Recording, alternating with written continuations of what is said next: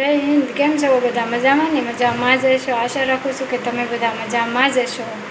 આજે આપણે બનાવવાનું છે કારેલાની સબ્જી. તો આપણે એમાં થોડુંક તેલ લઈ લીધું છે. તેલ ગરમ થાય પછી આપણે એમાં થોડો બેસન ઉમેરી દઈશું. જોઈ લઈએ બેસન. બેસન ઉમેરી દઈએ. થોડો જેટલા કારેલા હોય એટલો બેસન ઉમેરી દઈ. પછી આપણે એને સ્લો ગેસ પર શેકી લેવાનું છે. શેકી લઈને એને હલકો બ્રાઉન થાય ત્યાં સુધી શેકવાનું છે. આપ જોઈ શકો છો આપણો ચણાનો લોટ અહીંયા શેકીને તૈયાર થઈ ગયો છે. હવે એને ઘડીક આપણે ઠરવા મૂકી દઈશું. ઠરી જાય ત્યાં સુધી આપણે શીંગના દાણા ખાંડી લઈશું ને બાકીનો મસાલો થોડો લઈ લઈશું. જોઈ શકો છો મિત્રો તમે. હવે આમાં શીંગના દાણા મેં ખાંડીને મૂકી દીધા છે. અને આ મસાલો બીજો છે ડુંગળી, ટમેટા ને લીલા મરચું, હળદર, પછી ધાણા જીરું, હળદર, મીઠું નાખી દીધું છે. અને આપણે થોડુંક ઉમેરીશું એમાં ગોળ અહીંયા આવો જ મળે છે. અમારે અહીંયા ખાંગડાવાળો ગોળ મળે છે પણ એ કાંઈ સારો આવતો નથી એટલે અમે એ કાંઈ લાવતા નથી. જો ભાઈ અહીંયા આવો ગોળ મળે છે. જો આવો અમે એ જ ગોળ ખાવી છે. અહીંયા ઘેરે જઈશું ત્યારે બીજો લાવશું. અને હવે એમાં ઉમેરી દઈશું શેણાનો લોટ ને શીંગના દાણા. ઉમેર્યા શીંગના દાણા. લોટ ઉમેરવાનો છે અને થોડું તેલ ઉમેરવાનું.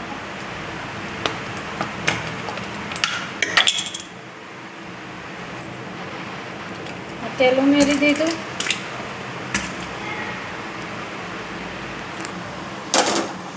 હવે આપણે ઉમેરી દઈશું શેણાનો લોટ.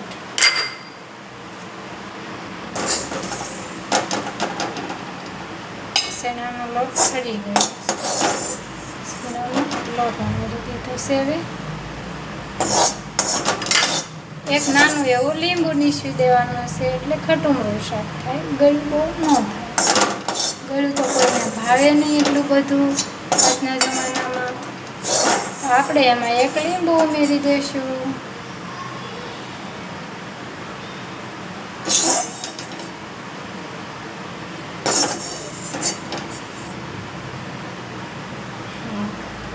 આપ જોઈ શકો છો મને કારેલા કાપીને મૂકી દીધા હતા. એમાં મીઠું ભરીને મૂકી દીધું હતું એટલે કડવા ઓછા થાય.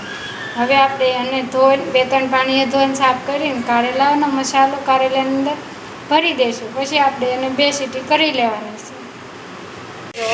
જો મિત્રો આપણે હવે અહીંયા કારેલા ધોઈને મસ્ત સાફ કરી દીધા છે.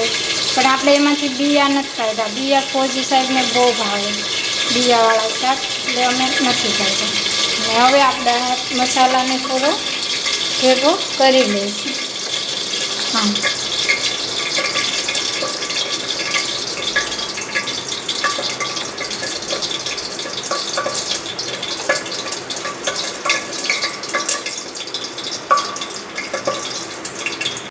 આપણો મસાલો હવે મસ્ત મજાનો બની ગયો છે. હવે આપણે એને કારેલામાં ભરી લઈશું. શું કહો છો મિત્રો? હવે આપણે અહીંયા કારેલા ભરીને તૈયાર થઈ ગયા છે. ને અહીંયા અમે કુકરમાં તેલ ગરમ થવા પહેલાં જ મૂકી દીધું છું. તો હવે આપણે એને કુકરમાં નાખી દઈશું.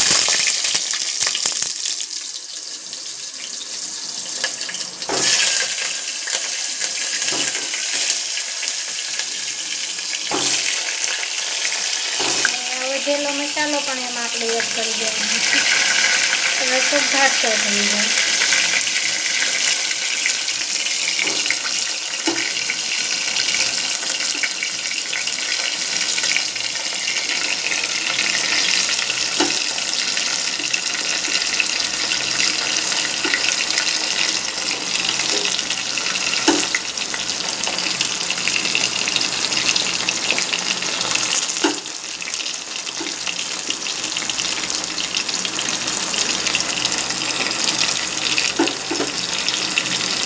થોડોક મસાલો વધારે વધી ગયો છે. મેં બિયા કાઢ્યા નહોતા ને એટલે. જો તમે બિયા ખાતા હો, બિયા ન ખાઓ તો એટલો મસાલો જોઈએ.